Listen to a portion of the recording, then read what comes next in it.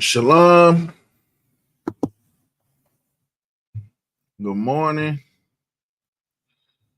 Wake your ass up.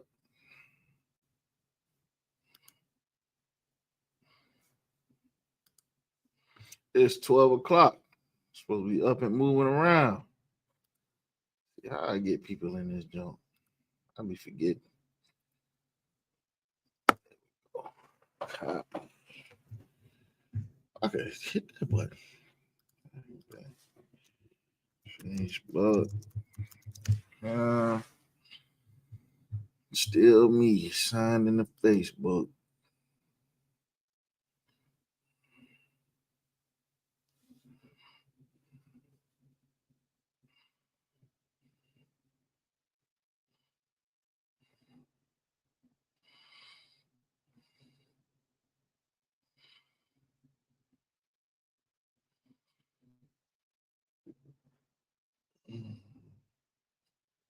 Where's it at?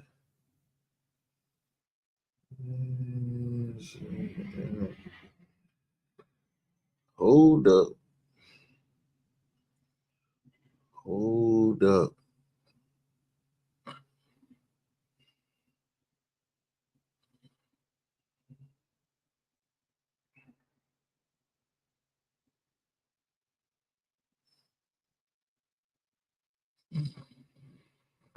Hmm.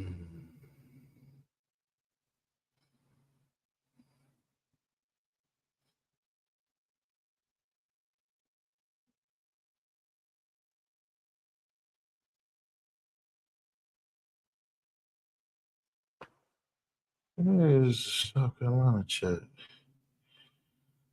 Hold up. Hold up.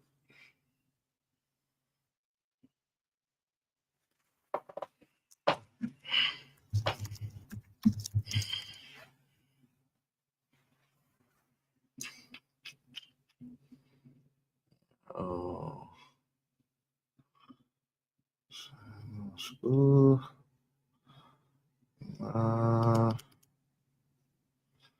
It's weird.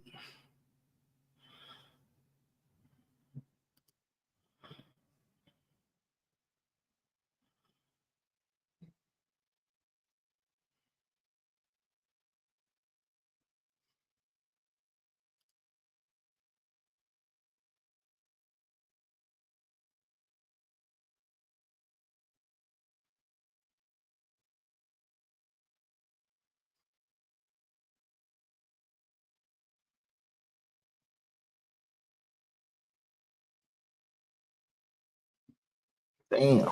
I got messages from 5 years ago that I ain't even read. Sheesh. When you're on Facebook, make sure you check your spam.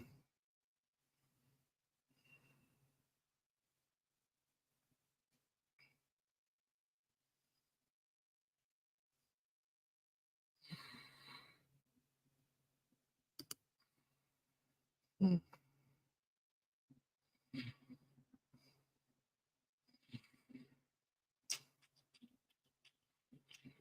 I don't know what's up with this.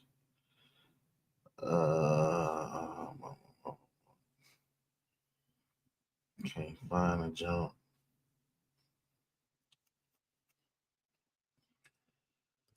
We're gonna do it like this here.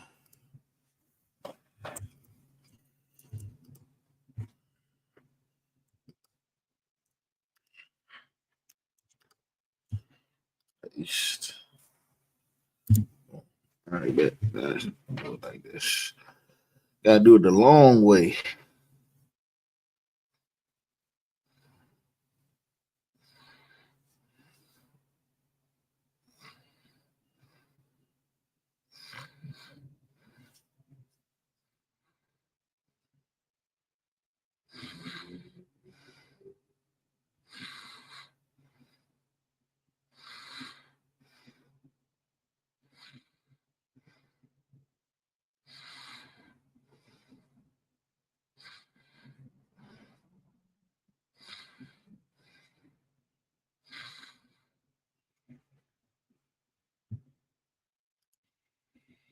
All right, boom, boom, boom, boom. All right, so who we got? Okay, we got Shar in the building. Big up the Shar. Sister Kaya Ba, Shalom. You know what I'm saying? This ain't no class. We're just gonna be talking smack, talking trash, and talking about the news, man. Getting real crazy out there. And I want to apologize to everybody. I know I'm supposed to do it Monday through Friday, but of course, when Commander Junior Hanna called me first thing in the morning and got me on the job, hey, I don't hesitate. I get right to it and don't nothing else matter except for what Commander Junior Hanna told me to do. So, you know what I mean? So the past few days I've been, working with General Yohana, he down right now. So I'm trying to do, trying to ease the burden for him as much as I can. You know what I mean? But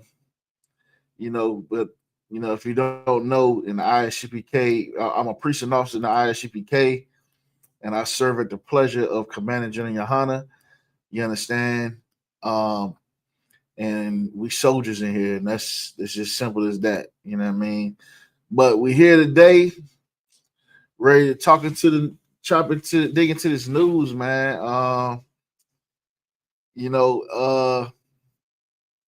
So I'm hearing these rumors about Elon Musk, right? About all the money that the government been saving, right? And see if I can find the article. Find an article about it. So, and I just wanted to bring this out, talk about it.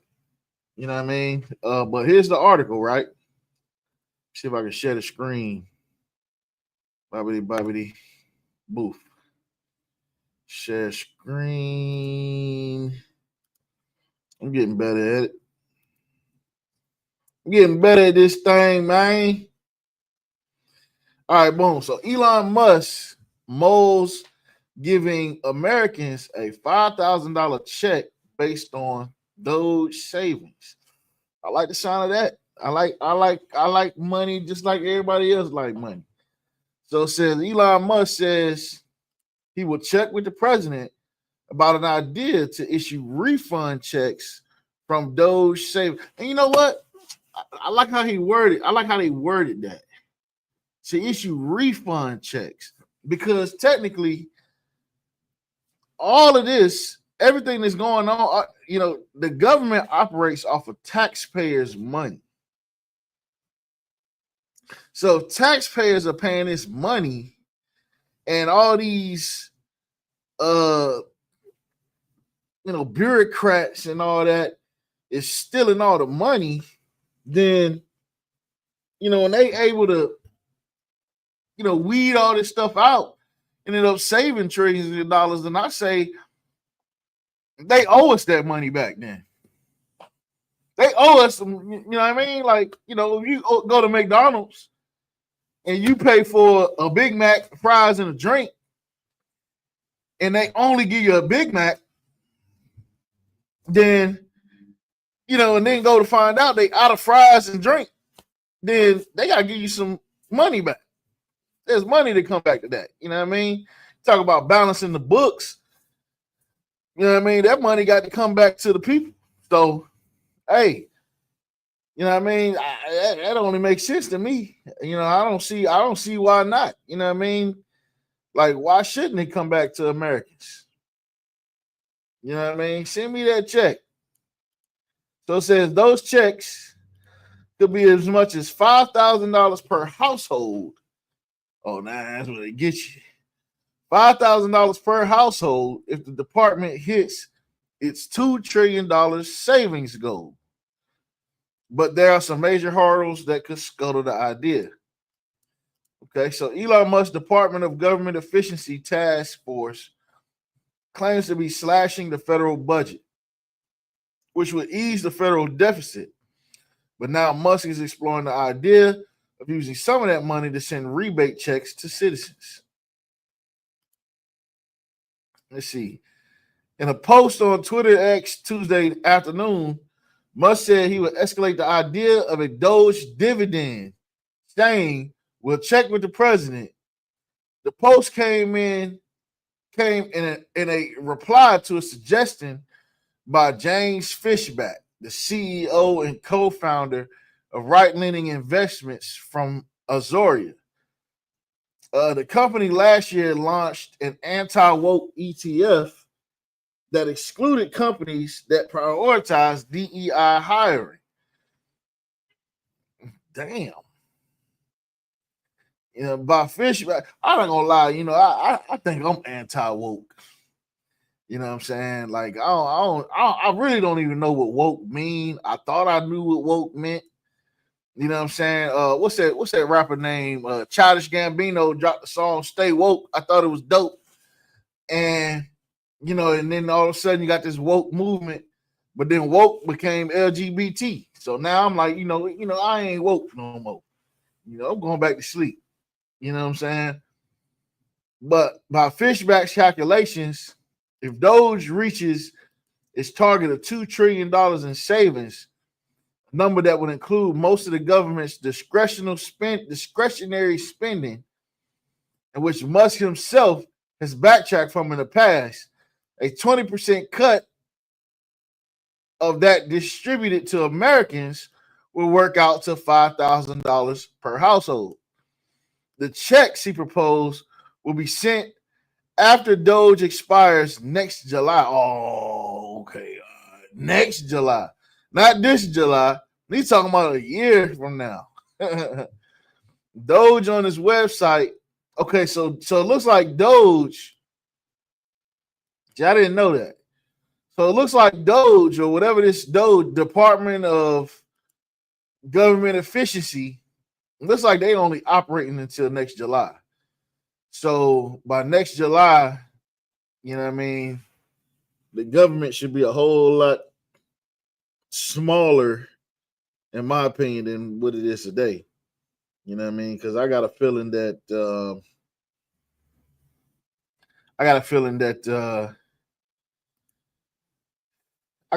lot of people are just going to lose their jobs. But as far as government workers, but I mean, you like he's, I don't know. I don't know what they got going on, but I do know that it's mighty interesting that you got a lot of people that work for the government that's millionaires. You know what I mean? I do find that interesting. And one thing I do know about a lot of these government contracts is they ended up finding out that there was a lot of government contracts where money was being paid out for work that wasn't even getting done to companies that didn't even exist no more. You know what I mean? So Doge on his website has claimed to create $55 billion in savings so far. Numerous media reports, however, have shown discrepancies in that figure, such as New York Times story pointing out one claim of an $8 billion savings and was only savings and was only an $8 million one. I mean, the only people that's really gonna know is Doge. You know what I mean? Like, if you ain't Doge, if you're not like the head of Doge, you're not gonna really know.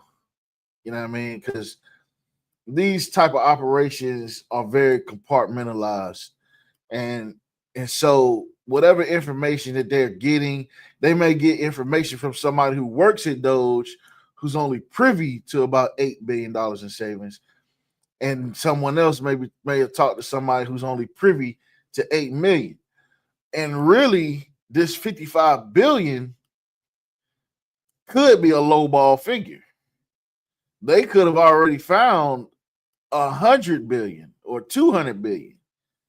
You understand? Who knows? You know what I mean? We don't know. You know what I mean? So, but 55 billion, I mean, hell, 8 million ain't a small, 8 million, I doubt that. You know what I mean? I'm pretty sure they probably pay $8 million I mean, they had what was they paying like $3 million for research on duck glasses or something like that. Come on, man, 8 million ain't nothing. I wouldn't believe none of them low ball figures. I would believe something more around the $55 billion range. You know what I mean?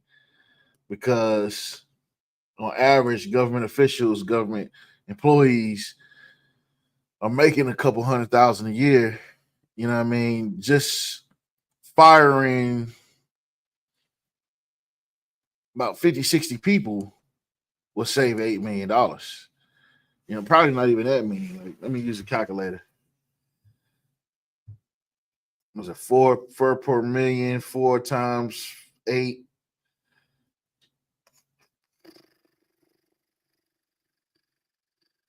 36. It's 36 people. So yeah, I was about right. 36 people. 36 people say you $8 million. So, and they've already fired more people than that. So they definitely surpassed $8 million just in terminating people. Let's see. While the prospect of 5,000 of the 5,000, hold on. Additionally, many of the claims made by Doge include no documentation to back up their savings boasts. Of course not, because you ain't one of them. You the press. It says while the prospect of a $5,000 check would likely excite many people, it's unclear even if Doge demonstrably reach. What kind of word is that? Demonstrably. I'm gonna have to look that up. Hold on. Demonstrably. I might have to add that to my vocabulary.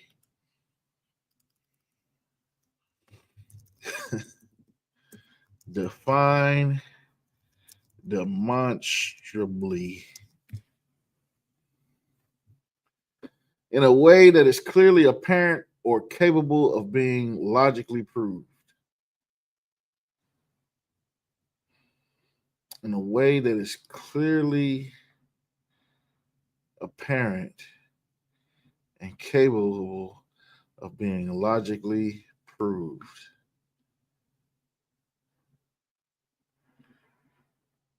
The policies followed so far have demonstrably failed. The claim is demonstrably kind of like saying undeniably. Or well, I'm not gonna say undeniable. Yeah, it's kind of along the realms of undeniably.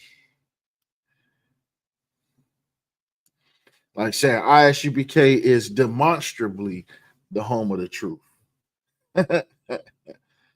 Most High in Christ. All right, let's get back to it. All right. Even if Doge demonstrably reaches its $2 trillion savings goal, whether it can issue those rebates without congressional approval, while Congress has shown a proclivity to follow President Trump's wishes, some Republicans would prefer any savings be put toward paying down the national debt, while others want the money to pay for an extension of tax cuts set to expire.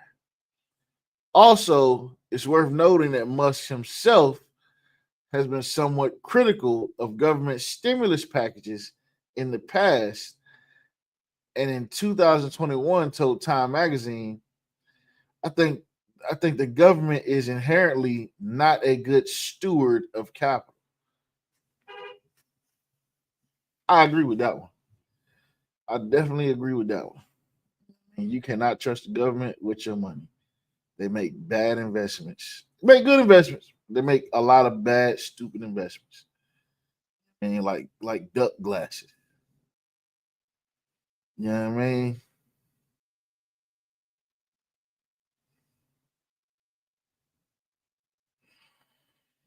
So I don't know. What y'all think about that, man? What y'all think about that, man? Could y'all use that extra 5K? You know what I mean? Do you want that extra 5K? Do you think the government should give you the 5,000 a year and a half from now? Or I don't know, continue pay down the national debt? I don't care nothing about the national debt. Give me my money. Me personally, give me the check. Cut the check. You know what I'm saying? Cut the check. Every not long after Passover too, recuperate. Cut the check. You know what I'm saying? Even though 5K ain't really a lot of money, but cut the check. What do y'all think, man?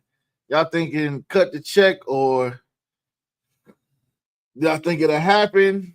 Like, what do you think? I don't think they're gonna. Me personally, I don't even think they're gonna reach the $2 trillion mark, because I've worked in finance before, and one thing I do know is the big fish are gonna be found early. You understand? And the more you dig, the smaller the fish get. So, yeah, they got 55 billion, but 55 billion is a long way from 2 trillion. You know what I'm saying? It's a long way. And the longer they go, I mean, they might, but the longer they go, the smaller the fish gonna get. You know what I mean? So it's not like, and then two, the fact that they looking, anybody who's been skimming off the top is now spooked. So they're probably gonna stop or try to cover up their tracks. So I think that, I don't know. Who knows the depth of the fraud going on in the government? I mean, and they could very well blow past the national debt. You know what I mean? They could find out that the reason why we even have a national debt is because of fraud. You know what I mean? But then, it goes to show you, that the whole government is fraud. And if the whole government is fraud, I wouldn't be surprised if Donald Trump just filed bankruptcy on the whole thing. You know what I'm saying? I wouldn't be surprised if America files bankruptcy and they consolidate, they what do you call it? Liquidate the entire country and the country's assets. You know what I mean? Sell New York, Chicago, and all these other places to China. Maybe sell some places to Russia. You know what I mean? And who knows? You know what I mean? I just know that with the amount of fraud that they claim that is going on, the end of that rabbit hole ain't a good look. You know what I mean? It ain't a good look. And I wouldn't be surprised if somebody tried to take either Elon Musk's life or Donald Trump's life behind all this. You know what I mean? But who knows? You know what I mean? You know.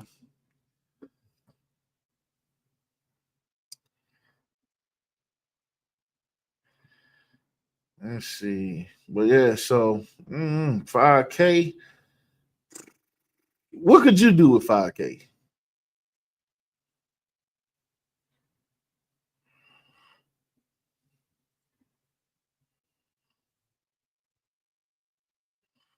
What could you do with 5K? If you had 5K right now, what would you do? First thing I would do is pay my tithes. Second thing I would do, pay my Passover fee. Third thing I would do, I don't know. I might buy me a cheap motorcycle or something. You know what I'm saying? Cheap little crotch rocket. What would you do with the 5K?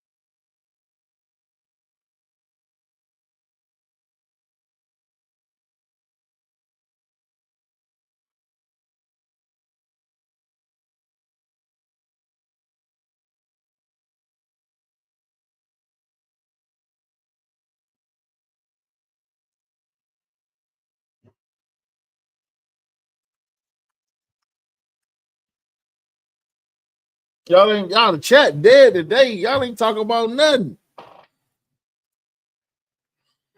What y'all gonna do with that 5K, man?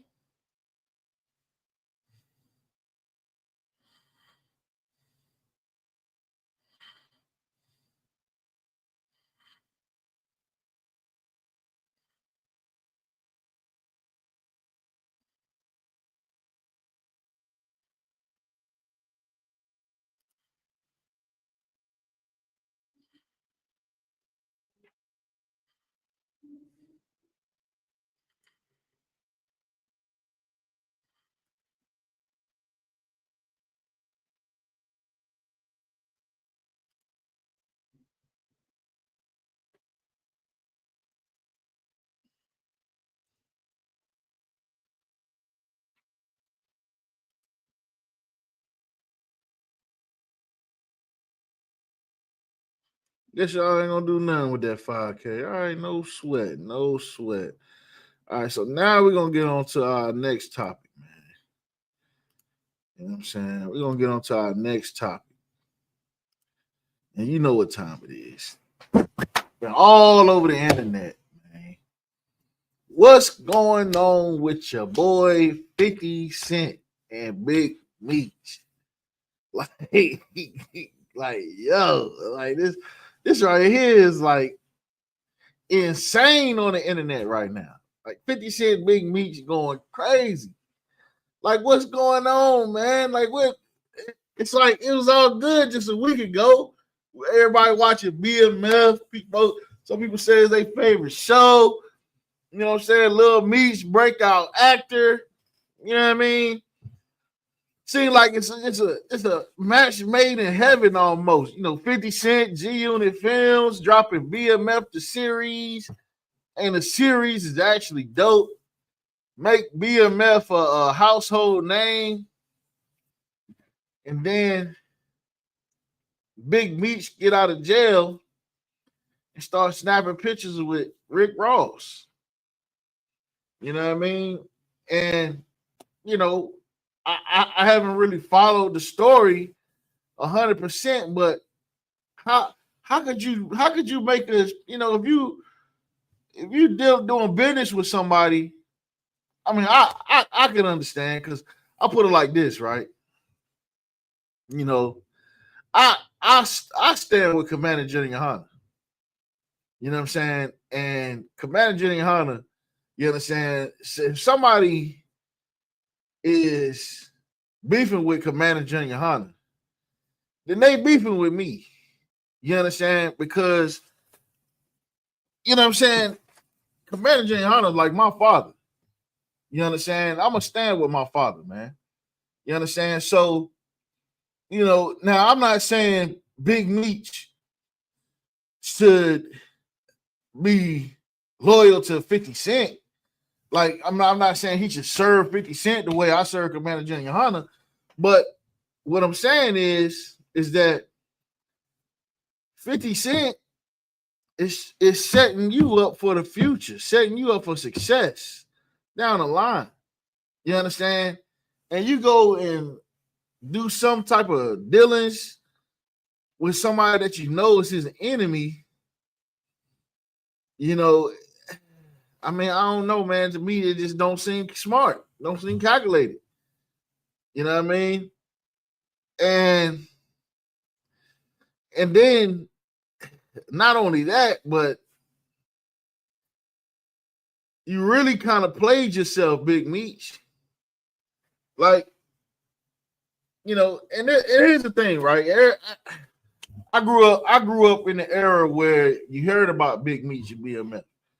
You understand? They Big Meech and BMF, you know, they had a lot of dealings even here in South Carolina. You know what I mean? There was a lot of people tied to BMF right here in South Carolina. They went down when BMF went down. You know, I've even met some of them BMF guys. There was a time where I was doing work. When I was in the world, there was a time where I did work for BMF on the record label side of things. You know, with Blue Da Vinci and Calico Jones and all those guys. You know, so And as a matter of fact, to be honest with you, work. I ain't gonna say that. I ain't gonna speak on that. But anyway, so there were some things I seen running with BMF that just that really kind of made me forever look at the rap game sideways. I'm just gonna put it that way.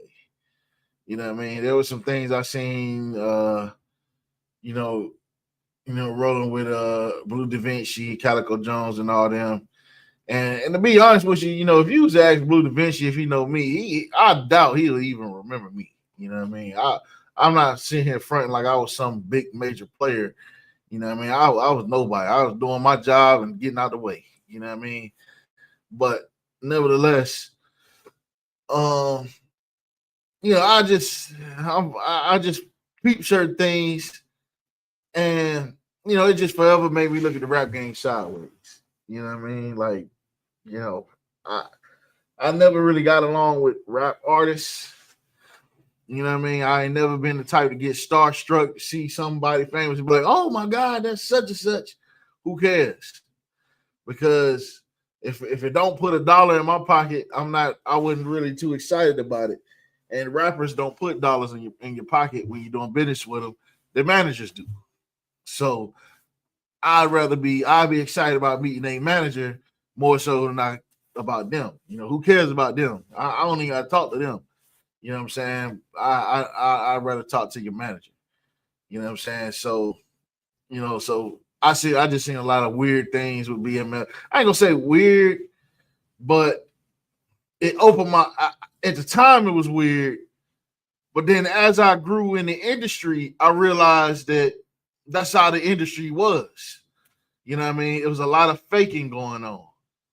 And not and I say this, a lot of faking off of someone else's dime. And it just kind of opened my eyes to a lot of things. But nevertheless, BMF, Big Meech gets out of jail. It's like, dog, you handed over, like you handed. Only thing I can say is just because somebody can build a drug empire does not mean that they are intelligent. And this right here to me just is proof that just because someone is a drug dealer, a gangster, and all this stuff, highly respected in the streets, don't mean you should look for them for wisdom. Because Big Meech proved himself to be a dummy. And look, I love 50 Cent. Me personally, I got a lot of love and respect for 50 Cent. You know what I mean? He really my favorite rapper.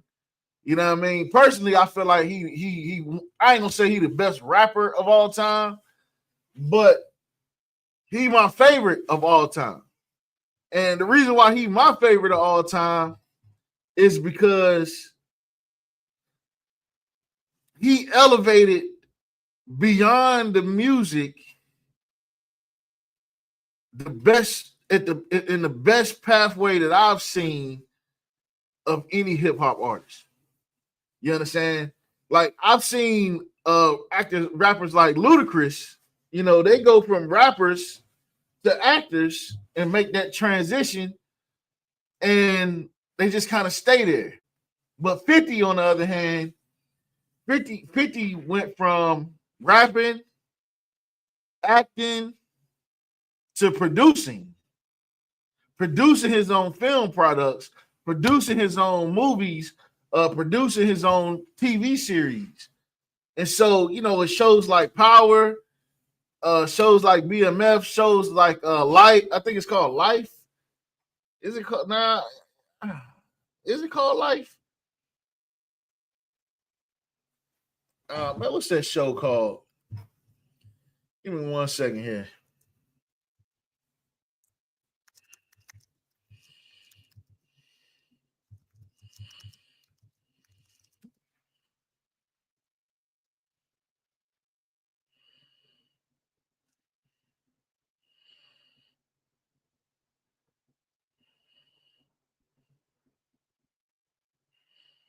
there's a show he had about a guy who was he was in prison.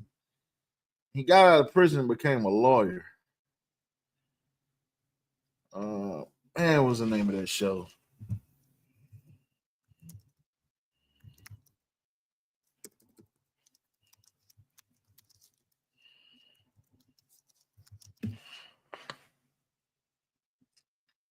For Life. It was called For Life. So, 50 Cent got out and he just elevated in the entertainment industry with such a strategy, which he kind of laid the foundation of what route you're supposed to go. Because one thing I respect about 50 is he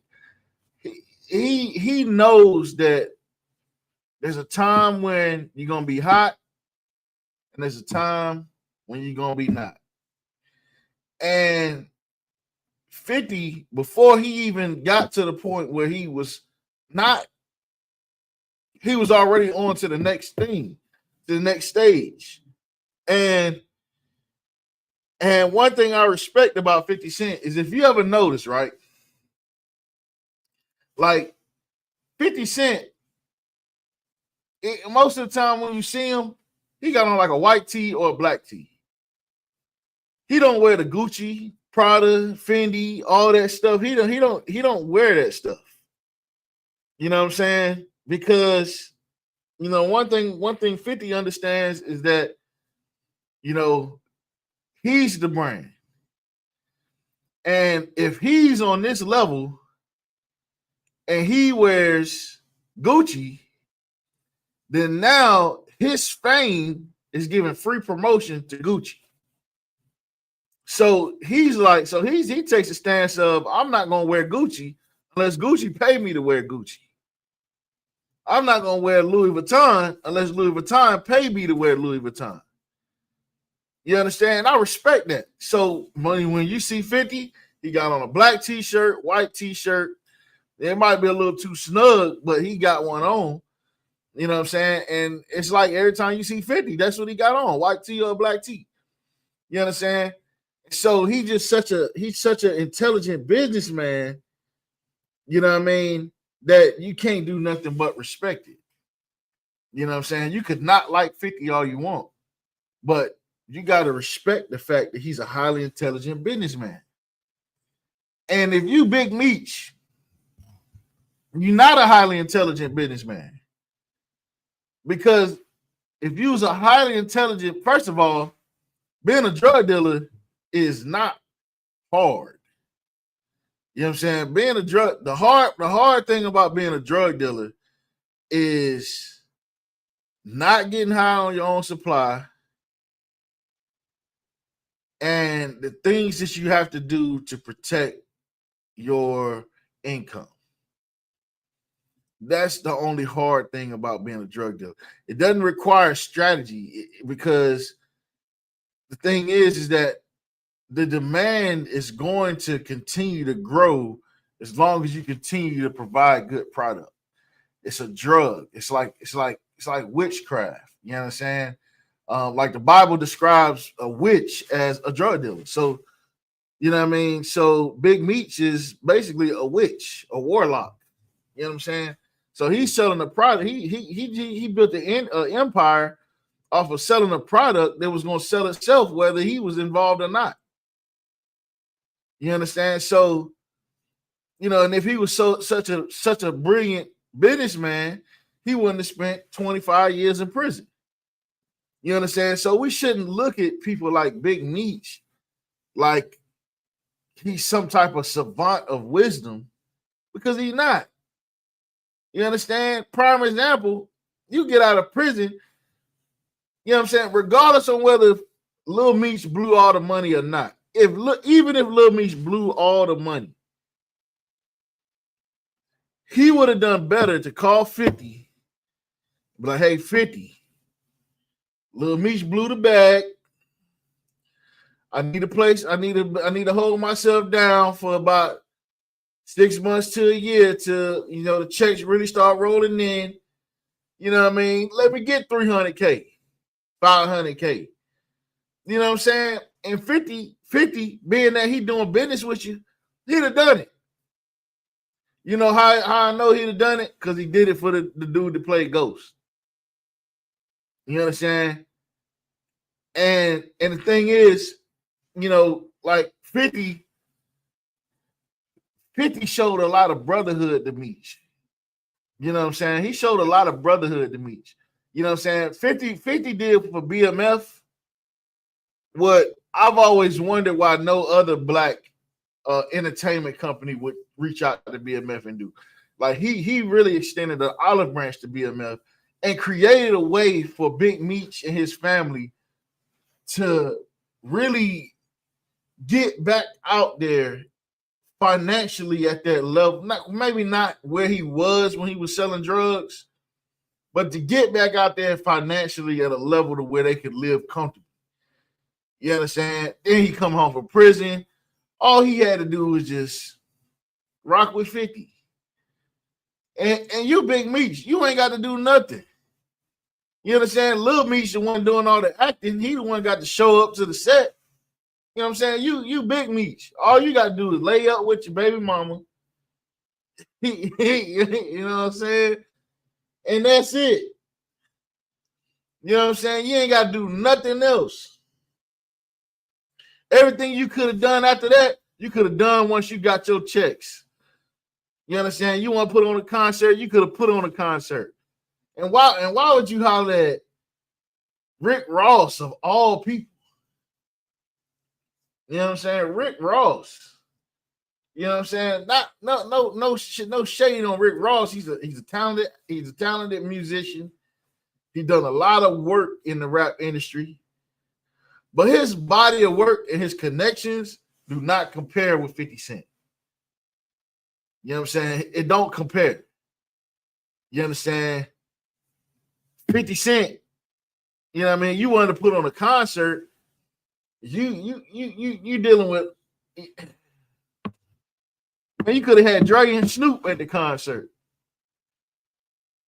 You know what I'm saying? Like you could have had something crazy, but you blew it for a few dollars from Rick Ross and a picture with Rick Ross. Now everything coming out about Meech. Everything coming out about Meech. You know what I'm saying? Like talking about he got a third party cooperator. And then here's another thing about Meech. He sold, okay. So after 50, boom. After 50 basically canceled BMF, Big Meech tried to go back and say, oh, Rick Ross and Big Meech like, oh, don't worry about it. You know what I'm saying? Rick Ross, man, we about to make a movie.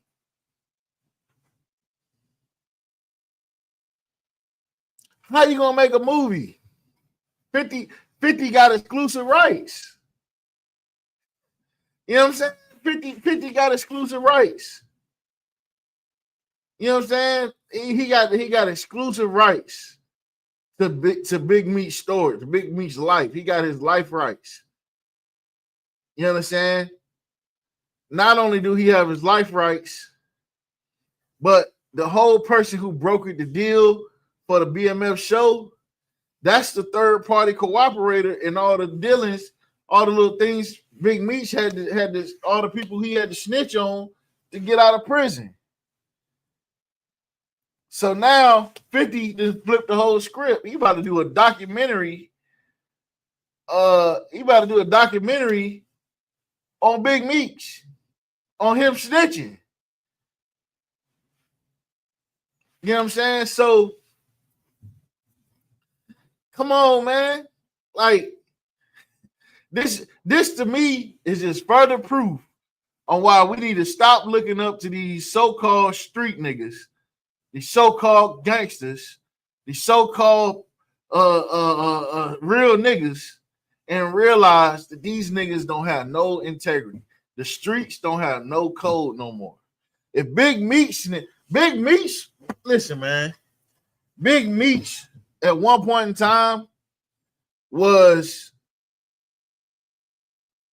every real nigga's example. At one point in time, listen, man, look, in on some street shit, all the street niggas looked up to Big Meech. All the real ones, the solid ones, they all looked up to Big Meech. Big Meech was damn near like Jesus Christ to a street nigga. You know what I'm saying? And I'm telling you what I know. You know what I'm saying? This nigga was like Jesus Christ.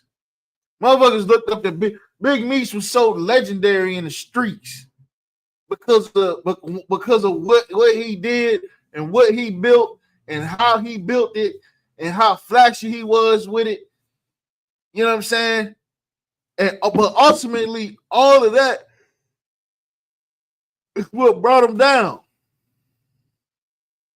So all the street niggas, all the real ones, the thorough ones, because there's a lot of niggas in the street who just need to go home. You know what I'm saying? They need to get out the street.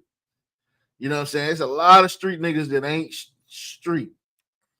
And I'm gonna tell you something. This motherfuckers is like, excuse my language.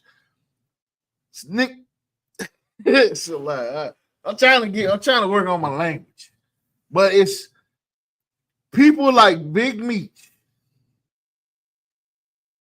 that are those leaders. Listen,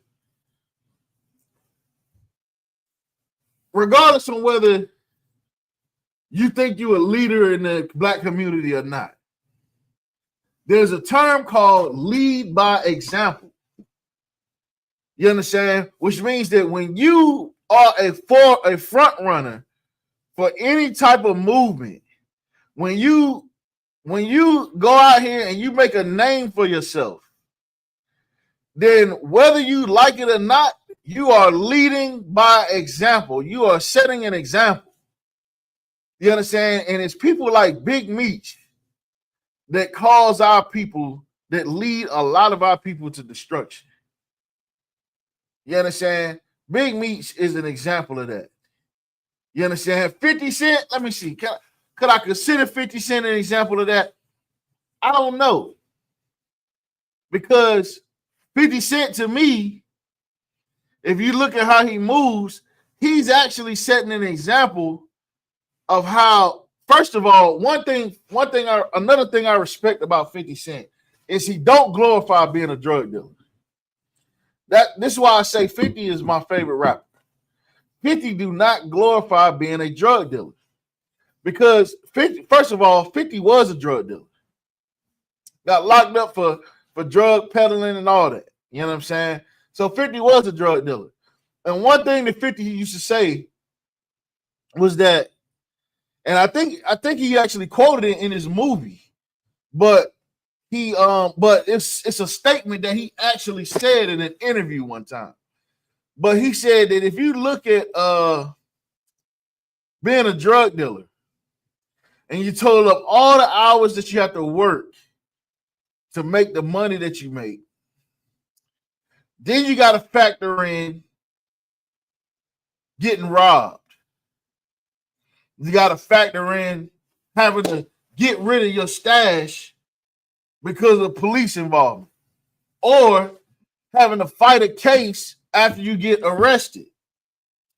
He said at the end of the day, by being a drug dealer, it all balances out to working minimum wage, right? So now let's put that to the test, right? We're gonna do some math, right? We're gonna put that to the test. You know, I'm different, man. I pull out calculators and I put things to the test, right? So we're gonna say, how much money did Big Meech make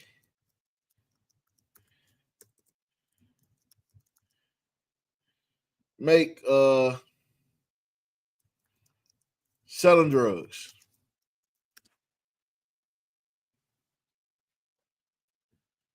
It's not a lot of money. I mean, it's a lot, but it ain't a lot.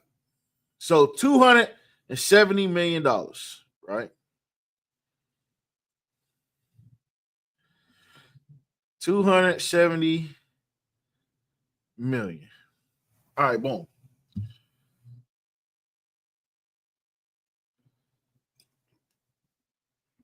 Okay, so that's what he made. That's what his organization made. Let's see what he made. He made 100 million. Let's say 100 million.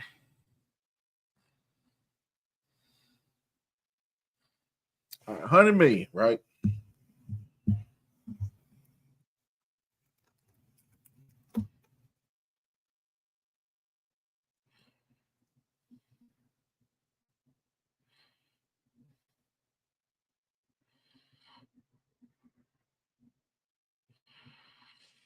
All right, I don't know. I'm reading all type of articles.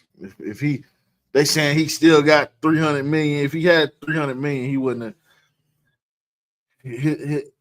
Him and Lil Meech wouldn't be broke right now. You know what I mean? They wouldn't be broke. They wouldn't be broke right now. You know what I'm saying? So let's see.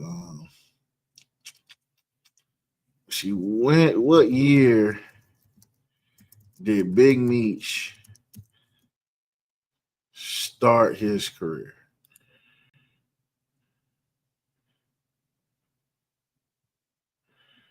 1985. Damn. 1985. So we're gonna divide.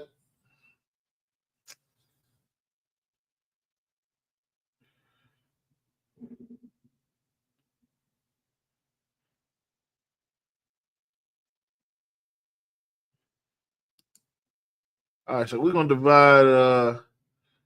Hold on. First thing we're gonna do is see how much it costs him to fight his case.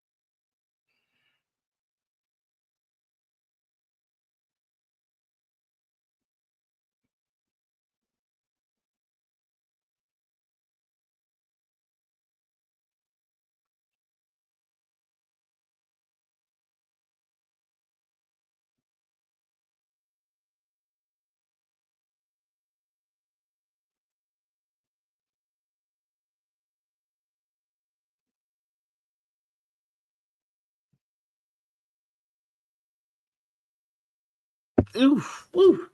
Spent 20 million um fighting this case. So we had $80 million divided by, we say 40 years. All right, so we had $2 million a year, right? That's still a lot of money. I ain't gonna lie. That's still a whole lot of money. You know what I'm saying? $2 million a year. Right?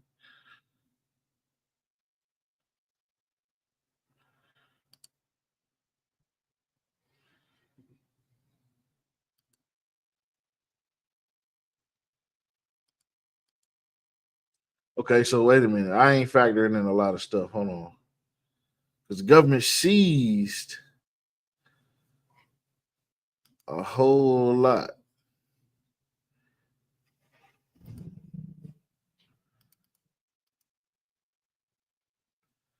Okay, so the government seized 30 million. Hold on now. Let's get back to the drawing boards. All right, so that leaves us with 50 million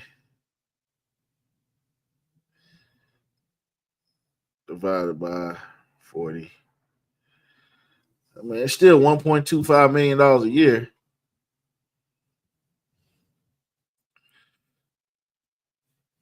You know what I mean? So I guess he did pretty good for himself. But $1.25 million a year. You know what I'm saying? That ain't minimum wage. But nevertheless, considering how much he had back then in comparison, you know what I'm saying? Like, He made that amount of money in like a span of maybe 10 years. He made 100 million in a span of 10 years. 90% of the money that he made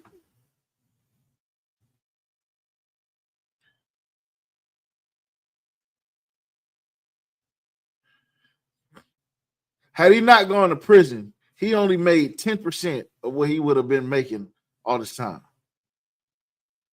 So 90% of everything he had gone.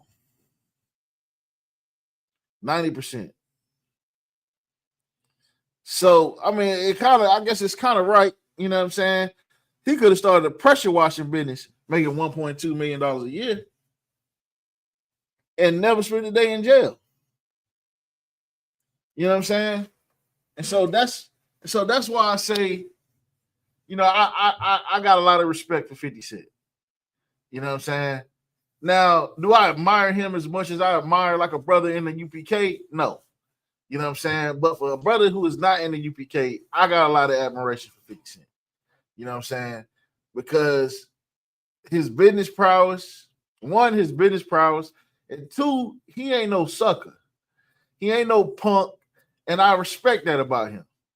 You know what I'm saying? And I respect, and one thing I respect is, you know what I mean? One thing I can say that I respect is his loyalty to the people that he loves. You know what I'm saying? Because so many times you see people try to bring their friends up with them, or they'll leave their friends behind altogether. 50 Cent brought Lloyd Banks and Tony Yayo with him. And still to this day, Tony Yayo roll with 50. Still to this day. You understand? And when you hear the stories about what 50 did with Tony Yayo, when Tony Yayo got out of prison, you understand? 50 knew that there was beef going on in that hood, that if Tony Yayo would have went back to the hood, Tony Yayo would have lost his life. You understand? 50 bought this man a condo in a rich neighborhood, way away from the element of where his people was at. You understand? 50 took care of the people that was in his life. You know what I'm saying? 50 invested in his loved ones. You understand? Whereas Meech, on the other hand, he set his family up for failure. You understand? He set his family up for failure. You know what I'm saying? He should not be the example. You understand? Like 50 at least tried to have a relationship with his son. You understand? He just couldn't because of an evil baby mama. But Big Meech, on the other hand, he robbed his son of a father by living a lifestyle that sent him to prison. You understand? And then not only that, but he ruined his whole son's future in television over a few dollars. They ain't gonna find out use a snitch. You understand? So listen, man, listen. Like I kind of understand why Boosie is hesitant of speaking against Big Meech. Because like I said, Boosie is one of them street niggas. One of them real thorough niggas who look up to people like Big Meech. Big Meech, I'm telling you, Big Meech was like Jesus Christ to a street nigga. That's why so many people was down to do this show for free. They was all the rappers. Let me see if I can pull up the flyer.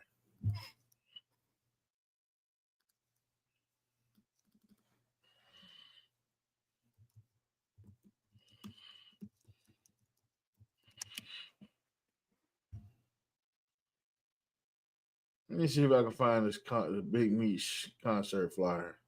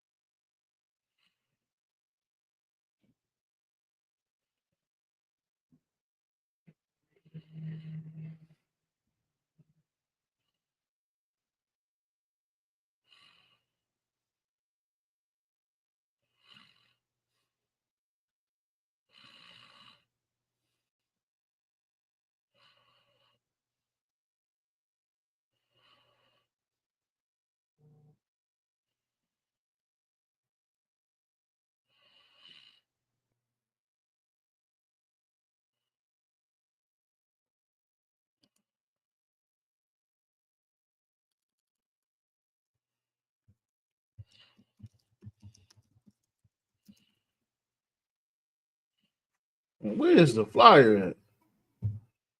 They must have scrubbed it off the internet.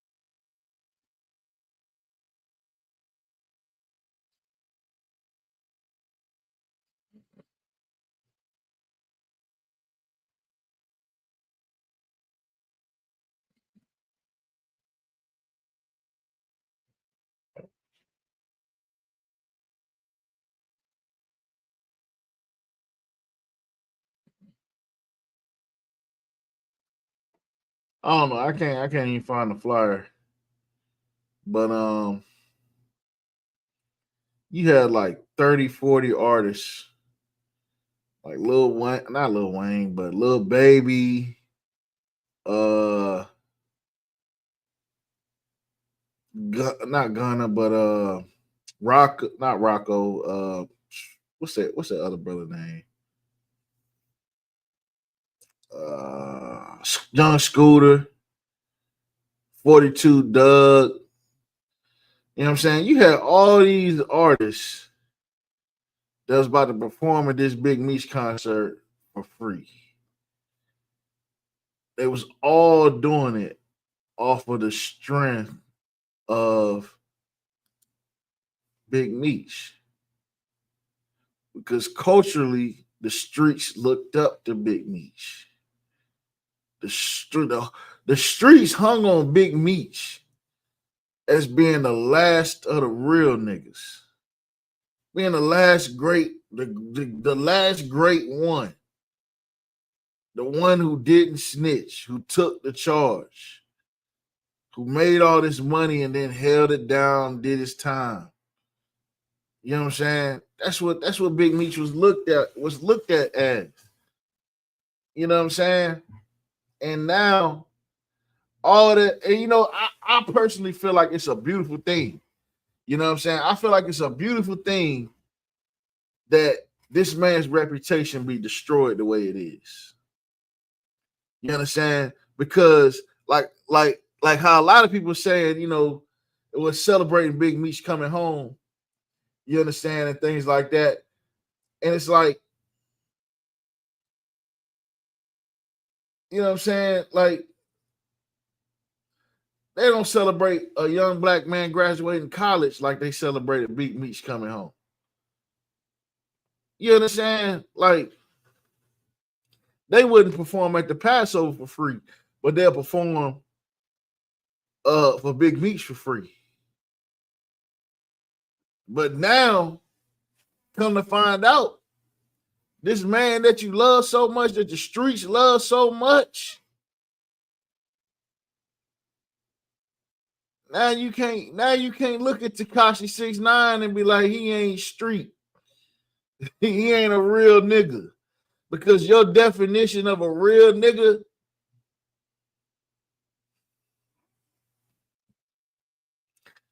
that's why Capital War said all the real, she said all the real niggas is in the ISUPK. You understand? Christ was a real nigga. Jesus Christ was a real nigga. You understand? That is what a real nigga is. You think Jesus Christ got up there on that cross and said, hey, he went on too. There you go, Paul. You know what I'm saying? Peter right there. Peter, I see you. You know what I'm saying? He went on right there. Yeah, he was rolling with me. You know what I'm saying? No. You know what I'm saying?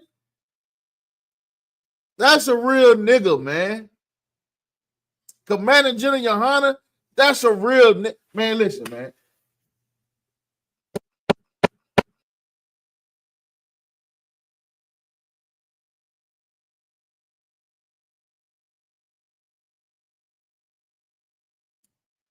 All right, shalom, Salaki. Listen, man. Listen, I'm not gonna say too much on this, but I'm gonna tell you something. I'm gonna tell you a quick little story about how I came into the truth. Right,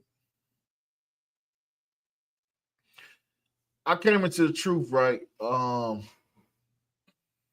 just like a lot of other Israelites, man. I followed every group out there, all of them. Because I loved and I understand why brothers do that. Because when they find out they're an Israelite, it's so empowering, and you wanna experience it, and you want us to be what the Bible says that we're supposed to be. You want that, you desire that. And so you see all these Hebrew Israelites, and in your mind, you thinking, oh man, we can all come together and da da da da. But then the reality is that it's a lot deeper than finding out you an Israelite. You understand? And so you have to show a certain either you have to show a certain wisdom, and also too, the Lord has to call you. You understand? The scriptures say many are called, but few are chosen. You understand? And so here's the thing, right? When I first came into, I loved it so much, and I just wanted to I wanted to be with all the camps. You know what I'm saying? Oh man, I can be with, you know what I'm saying? GOCC, IUIC, maybe not GMS, they wreck little kids, but HOI, HODC, all these little houses, these fake Israelite groups, right? But then, as you start taking this journey, learning that you're an Israelite, and you start watching all these other groups, you start finding out that there are contention amongst these groups. And so now you hate the fact that there's no brotherhood in these fake Israelite groups. And you want all Israel to come together. So what you do is, before you actually do your research, you charge all the Israelite camps but for not coming together. You understand? Which is hypocritical, actually. Because one, you're charging the fake Israelites for not all coming together. Meanwhile, you're sitting at home on your toilet, being an individualite, thinking that you in the truth because you watch a couple videos while you're taking a dump. You understand? You are not joining with anybody. You're sitting at home twiddling your thumbs, thinking that you stapled a couple of tassels on your t-shirt and think you're in the truth because you stopped eating pork and bacon. You understand? So you charge the Israelite groups for not all coming together. You understand? And then you end up not joining anybody. Or You end up joining IUIC because they the biggest group. They got the nicest looking videos. They got the nicest camera and the nicest microphone and the nicest haircuts. You understand? They don't have the nicest garments. You understand? The flyest garments I ever seen was in the ISUPK. You know what I'm saying? And I mean that. You know what I'm saying? If you don't believe me, come to the Passover. Come to the Passover. You know what I'm saying? Compare and contrast. You know what I'm saying? IUIC, they garments be looking like they really be looking like Romans. You know what I'm saying? In my opinion, they really look like Romans. You know what I'm saying? Like I you know, to me, it just don't embody you know the spirit of Israel, in my opinion. You know what I'm saying? You know, spirit of Israel. You know, Israelites should be able to walk into a powwow and fit right in. You know what I'm saying? Somebody should be able to walk out of a powwow into the Passover and fit right in. You know what I'm saying? They should be able to go down to the Aztec one with one of them Aztec feast days down there in Mexico. They should be able to walk right out of there and walk right into the Passover and fit right in. You know what I'm saying? You ain't about to do that at IUIC. You know what I'm saying? You ain't about to do that at GMS. You walk into GMS Passover, first of all, everybody gonna have on J's. That ain't warlike at all. You know what I'm saying? Like warriors wore sneakers. You know what I'm saying? But nevertheless, so boom. He studied with all these groups, right? Now, what happened to me was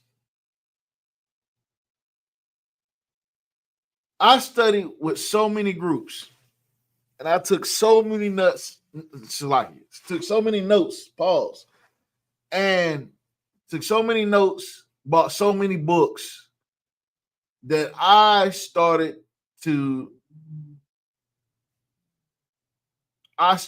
almost lose my mind because nothing made sense.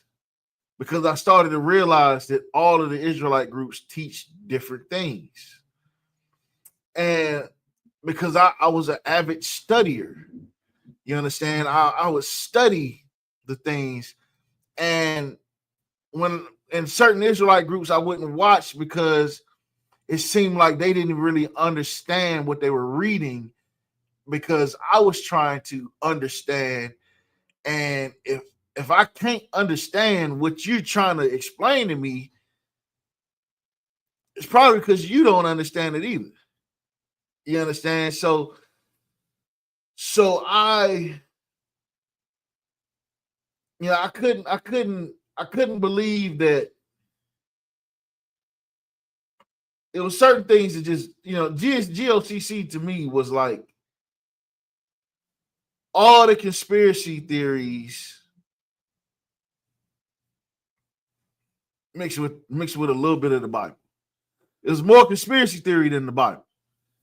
You know, GOCC teach that the devil on the earth is the reptilian race. They say that there's reptilians and you know what I mean, and I don't know. He teaches that there's aliens or some type of reptilian race. You know what I'm saying? And that's the great dragon and great serpent of old and all that. You know, they on some nut shit. You know what I'm saying? They you know what I mean? I can put it like this. I ain't never seen no reptilian in real life. So until you show me a reptilian in real life, I can't believe in no reptilian. You know what I'm saying? But nevertheless, I entertained it,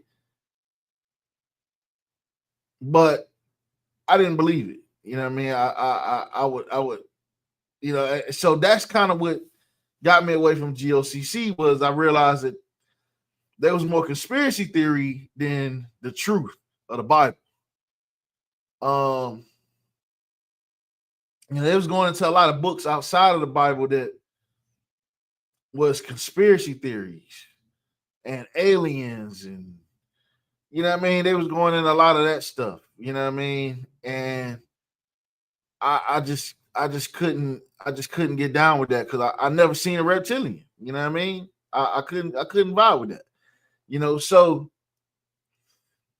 then GM, it came down to I'm trying to figure out like what I should do, and then all of a sudden I seen somebody had a class. I think it was the group called ISBHPK, and they said, and that was actually up until I discovered the UPK. That was probably one of the realest classes I ever watched, because he basically said the same thing I just said. You can't sit here and blame Israelite groups for not all coming together when you're not coming together with anybody. You know what I'm saying? And you have to be a part of somebody. You know what I'm saying? You got to gather together with somebody. You know what I'm saying? You have to. So you can't just sit there by yourself. You know what I'm saying? And think you're going to be serving the Most High. So I'm like, okay. So I got to get down with somebody. So who I'm going to get down with?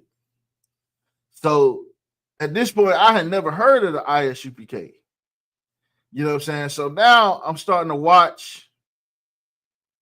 Now, after watching, I would always, like GOCC, a lot of their videos back in the day, they was always talking trash about other Israelite groups because they all was in the same school at one point in time.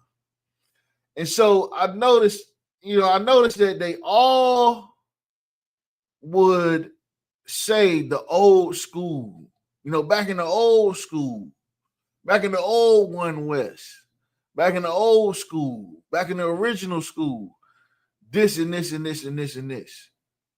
But they would never say the name of the old school or the original school. They would never say the name, right?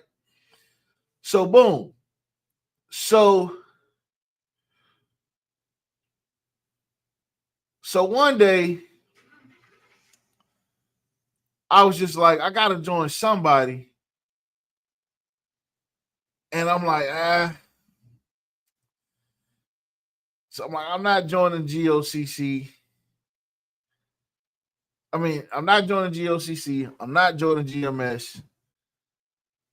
I guess it's gonna have to be between ISBHPK and IUIC. So I'm watching a lot of IUIC videos and a lot of ISBHPK videos. So one day I'm watching an IUIC video, and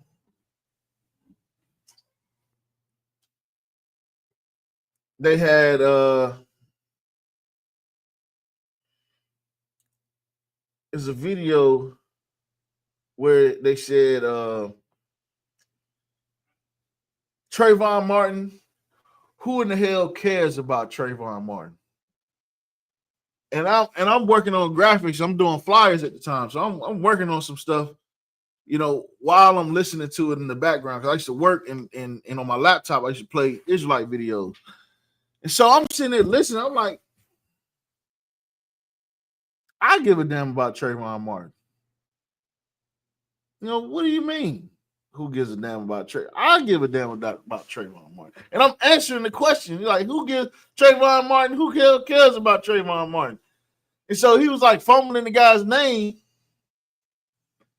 And he says, when the white man told him to damn stop, why he didn't damn stop?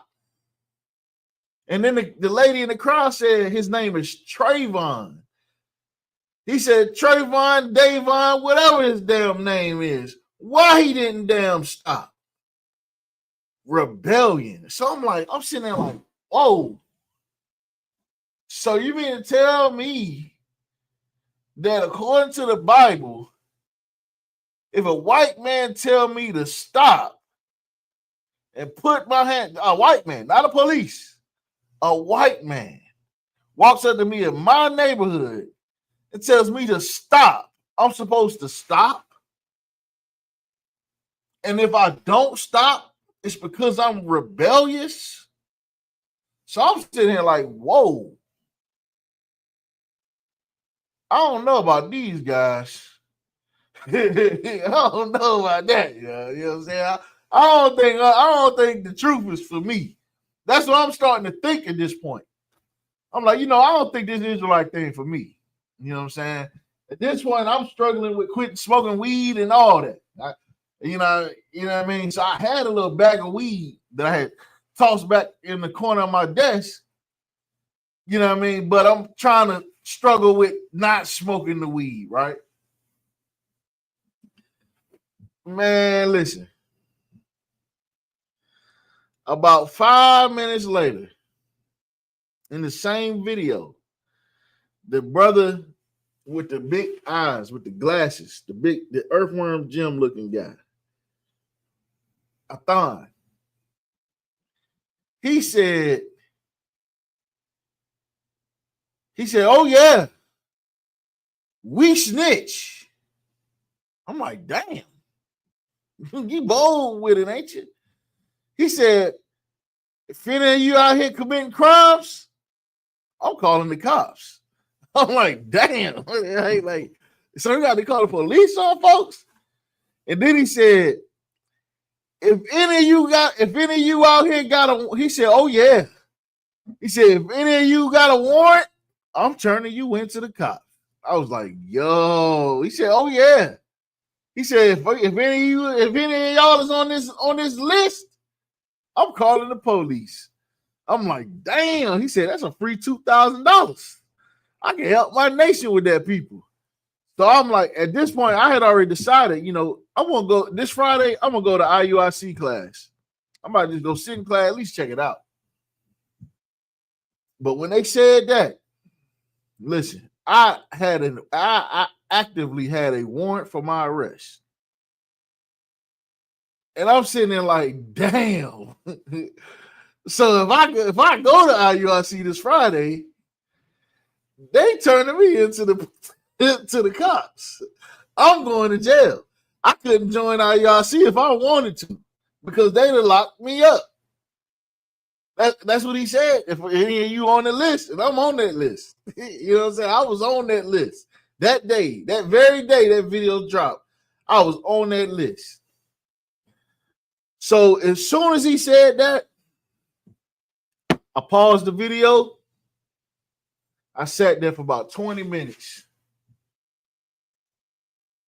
And I sat there, I wasn't thinking nothing. I wasn't saying nothing. I was just sitting there dumbfounded. And then all I said was, I guess Yahushua ain't die for me. Closed my laptop, picked up my little weed bag, and got high out my mind. And I turned my back on this Israelite shit. You know what I'm saying? I'm like, you know what? The Israelite world ain't for me. They turning you into the cops. I said, man, look, before I even entertain that, I guess I got to get my warrant, my life together. So, boom. I ended up going to jail. Not, maybe a few months later, ended up going to jail, got caught, my warrant, did my time, you know what I'm saying, got out. And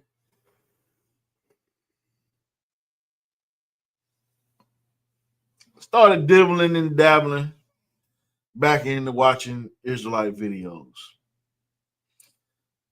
So now I started watching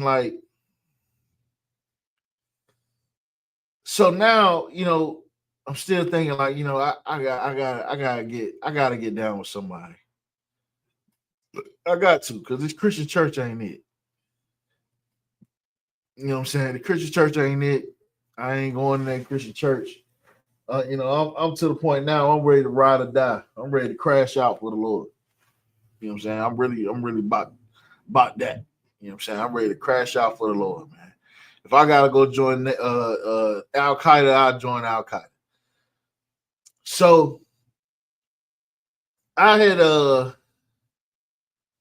was watching GMS videos one day. And so I just really kind of started this mission, like, let me find, instead of getting confused by all these Israelites, let me just find where this all started at. And that's when I started. That's actually when I started to notice that none of the Israelite groups would say the name of the old school. Now that I'm looking for it, I'm noticing that they are not speaking it. And it wasn't until IUIC dropped a video called the history. It was like the history of Black Hebrew Israelites. And in it, he goes on to talk about F.S. Cherry and blah, blah, blah, blah, blah. But they wasn't your quintessential Hebrew Israelite. They was Black people who was converted to Judaism, but they was not Hebrew Israelites. So, boom. He in that video, he eventually mentioned the ICUPK. No. That's not the timeline. First, I saw a GMS video. And GMS started talking a lot about this guy named General Yohana. And so I'm listening to these videos about General Yohana, and they like, General Yohana is this and that. He used to steal money. He used to da da da da da da da. General Yohana ain't this. He ain't. He ain't SHIT. He blase. General Yohana ain't no good. So I'm like, who is this General Yohana? So after looking at all these videos of all these people talking about General Yohana, talking bad about him too, and I'm like, let me see if I can find some videos of this General Yohana.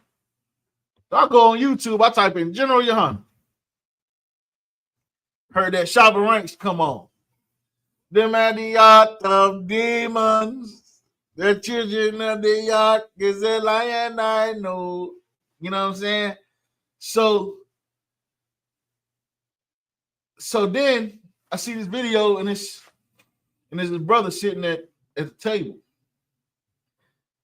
He had sunglasses on. He had a jacket.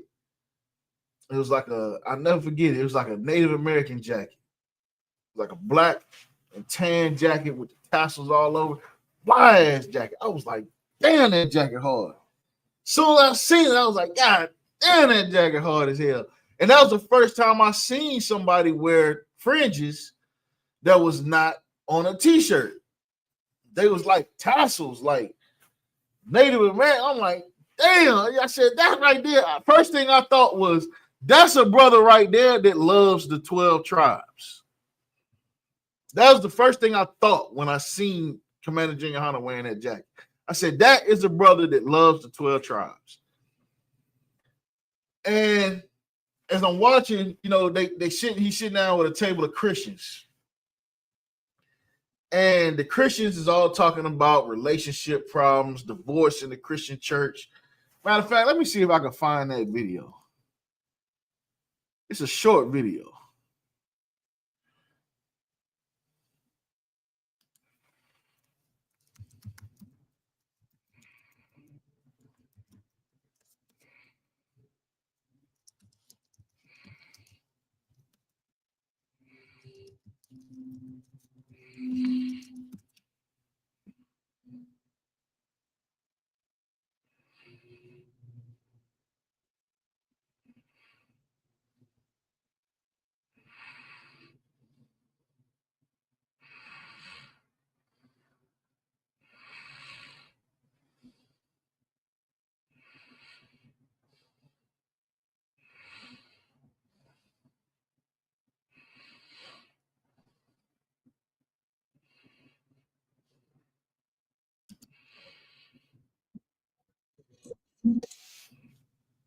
I think this is it right here.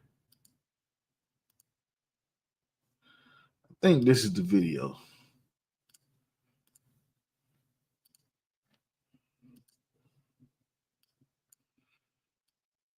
I don't know if this is the video, but that's definitely the jacket. Now you keep referencing that Christian. Okay, this is not the video, because the video I seen had General Haas at one end of the table, but then you can see this brother right here with the black on, with the fringes on his back. That was the first time I ever seen that. You know, because this was one of the videos I seen too. I'm like, yo, this is different. I'm like, what Israelite group is this? I'm like, General Yohana. Like, you know what I'm saying? So I'm watching the video. Just watch the video, right? Pastors. The first thing I noticed was his jacket. I'm like, damn, that's a brother that loved the 12 tribes. Because he a black man representing the North American Indians. You know what I'm saying? You don't see that in no other Israelite group. At least up until this point, I didn't see it. GMS, you ain't never seen nobody rock nothing like that to camp or nothing. IUIC, they in the purple looking like the Purple Rangers. You know what I'm saying? GOCC, they wearing button-up shirts and Meech's. You know what I'm saying? Looking like white Christians. You know what I'm saying? And who, the Candy Cane Man? You know, I didn't even follow them because they said that Buddy was the Holy Spirit. You know what I'm saying? But I'm watching this video. The first thing I noticed was General Yohana jacket. And I remember thinking to myself, this is a brother who loves the 12 tribes. And then I noticed this brother right here's jacket. And I'm like, damn, that shit hard, man. That's like, and that to me rung as that's a real Israelite. You understand? That's somebody who really lived that. I'm gonna read on and play it. Are the problem as to our sisters, our black sisters. Right. You keep saying that they're empowering our black sisters to disrespect the black man. Right. Okay. But you know, I'm kind of reminded of something in a recent debate that I saw with Vice President Biden to his opponent, Congressman Paul Ryan. You know, Paul Ryan kept asserting things, but could not give specifics. So can you give us a specific? Sure. I'd be glad to. Let me start with the homosexual problem in the Christian church. Okay, when you allow men that are homosexual to be on the choir, to lead the choir. I watched a recent tape of a wonderful dance from your church, minister, where the dancers had red sheets. I saw it on YouTube. And they were dancing, and the sisters were beautiful, man. Yes. And then I looked into the center, and in the center, I saw what was clearly a homosexual. He threw his head back and waved his head and shook his behind. And I dropped my head in sadness because we don't understand what we are doing to black women when we do this. When we allow homosexuals to lead our choirs, to sit and prance in the midst of women, we are teaching them a lesson even though we don't realize it. And the lesson that we begin to teach them is that I don't have to respect the man. Okay, that's just one. Wait, you asked me to be specific. Wait, I ain't gonna do Paul Ryan. I'm gonna get specific. I go down the whole line on and tell you the problem. Let me get okay. Let me just interject, and I'm gonna give you back the mic so you can have the floor. But I want to inject this, okay? Because now you're making a reference to the church that we attend, Victory Christian Center, under the our apostle Jimmy A. Ellis III. So let me say this, okay? It's not okay. Yes, are homosexuals in the church? Yes. Are whoremonger, alcoholics, backstabbers, gossipers, liars, okay, drinkers, are they in the church too? Yes, absolutely. So, you know, and even among some of my Christian brothers, we want to throw the whole book at the homosexuals. But the brother that's running up every woman, oh, he gets a pass. I heard a Christian pastor once say this. and you would probably love this Christian pastor. He said, "Oh well, I can't have no homosexual, singing on my choir. So you got a bent wrist and all that. You switching. Well, you got to get all that together before you come up on my choir." Okay, Mr. Pastor. Okay, Brother General. But what about the black man that's having sex with this woman? He's exploiting that woman, breaking this woman's heart, impregnating this woman, impregnating that woman. Oh, but he can sing on the choir. Ain't that interesting? That's a good one. No, see, sin is sin, ladies and gentlemen. Okay? But let me ask you a question. God does not see things partially like we do. And I thank God, beloved, that God isn't a general like yourself, because we be in some hot mess. I got bad news for you. God's a lot worse than me. And when he get ready to come through, we're going to see it. And to say that God is not violence, what the minister said earlier, is so incorrect. God killed more people on this earth than anybody. That's why he killed because I'm going to tell you now, because of our sin. But in reference to what you said earlier, how many alcoholics drink alcohol during Sunday service? They're already drunk when No. How many of them have a drink in their hand during the service? None. Okay. You know why? You don't allow it. You know why? Because you are trying to get the people in the church to refrain from drinking alcohol. Okay. So the minister that said you cannot be with a bent wrist in my church was correct. Yes, people are coming in from all over, all walks of life. Homosexuality, drunkenness, all murderers, killers. I got all kind of drug dealers, killers, all up in Israelite School, UPK, that have changed their life. The point is they changed their life. The problem in the Christian church is they're not changing their life, minister. You are allowing them and giving them a forum to spread their homosexuality and empowering them in your choirs to promote homosexuality. That is the difference. It's not that homosexuality is being singled out as a worse sin than any other sin. Sin is sin. But the problem is there's a culture in the Christian church and the Muslim mosque that is being allowed to proliferate, that is destroying us, and we had better address it. Celebrating 50 years of music. Listen, man, that video right there is one of the videos that brought me into truth. You understand? Because I started watching videos of General Yohana. Now, at this point in time, I still didn't quite understand that ISUPK was the original school because nobody was saying it. And so I started following General Yohana. I started watching a lot of General Yohana videos. Let me see if I can find some more. Let me see.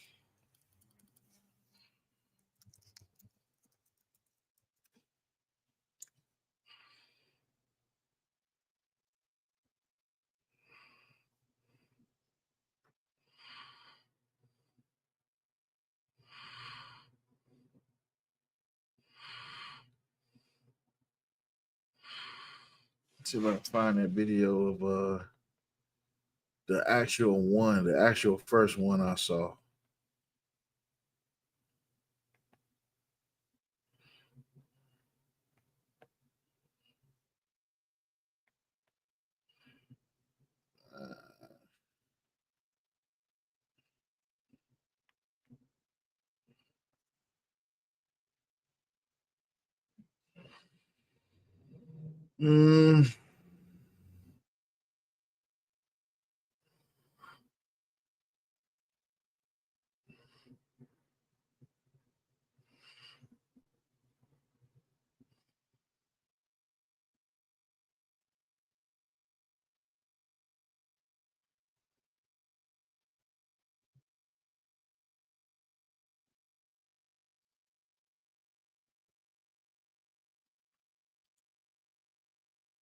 And the strength is in our brotherhood and our sisterhood.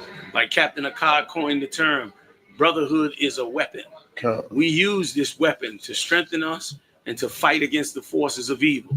I would encourage you to be strong and to join us in the battle for righteousness. And if you get together with brothers and sisters, guess what? You will prevail. But if you do not, all forces out there are seeking to bring you down and destroy you. And that's why you should fight to come to this Passover. You're obligated to. It is a law in the scriptures. And the first thing you got to do is fear the Lord and start to follow those scriptures. And then you'll be here and you will have an amazing time and you will have an amazing experience and you'll learn things you never knew before and you will grow and be strong and you'll do amazing for the Lord. Cut on one kind of water for that, sir. Most appreciated. And the strength is in our brotherhood and our sisterhood. Like Captain Akkad coined the term, brotherhood is a weapon. We use this weapon to strengthen us and to fight against the forces of evil. I would encourage you to be strong and to join us in the battle for righteousness. And if you get together with brothers and sisters, guess what? You will prevail. But if you do not, all forces out there are seeking to bring you down and destroy you. And that's why you should fight to come to this Passover. You're obligated to. It is a law in the scriptures. And the first thing you got to do is fear the Lord and start to follow those scriptures.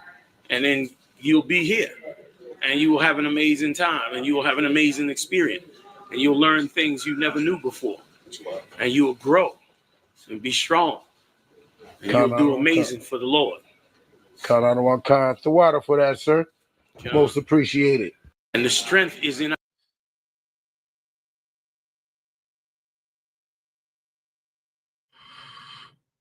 You want some bad bitches. bitch fucking on a friend. We just made a movie. Call me Martin Lord. So shout out to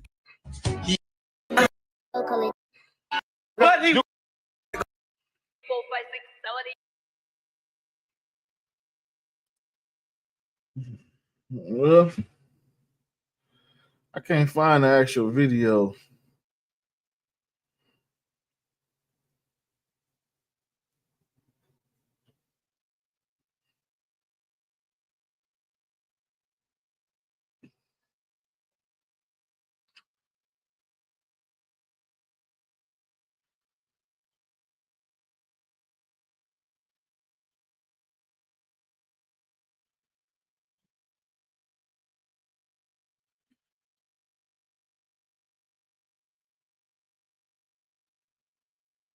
Can't find the actual video. So with that, listen, man, I got some stuff I gotta work on at the crib.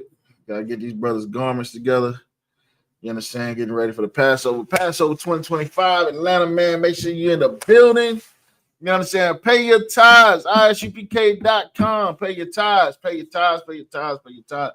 Even if you ain't in the truth, man, pay your tithes.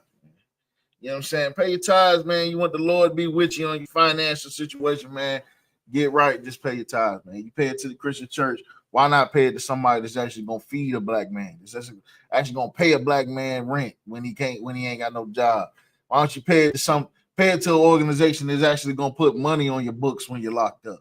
Why don't you pay it to somebody that's actually gonna send people into the prison to help educate brothers and sisters that's in our prison system? You know what I'm saying? If you're gonna pay your tithes, man, pay your tithes to somebody that's actually gonna go out here and help brothers and sisters get off of drugs. You understand? It's actually gonna take in children, you understand, that whose parents would rather abort them and still give that parent the opportunity to come get their child later in the years when they get in a better situation. Why don't you pay your tithes to organizations that's actually trying to build and strengthen the black community instead of one that's just trying to rob the black community and sleep with your wife and molest your kids? You understand? Pay your tithes, ISUPK.com, man. You understand? And guess what? And we trying to build up Blacks, Hispanics, and Native Americans. We ain't trying to go out to Africa and build no city in Africa for them Africans. You understand? Meanwhile, we got brothers and sisters this on their way to Guantanamo Bay right here in America. You understand? Pay your tithes, man. Go to ISUPK.com. You understand? Subscribe to the channel, like the video, share it with your mama and them. You understand? And make sure that you subscribe to the Real General Yohana. You understand? Subscribe to Captain Zaryak TV. Anytime you see the ISUPK, just subscribe, man. Subscribe to the channels, man. And like all the videos.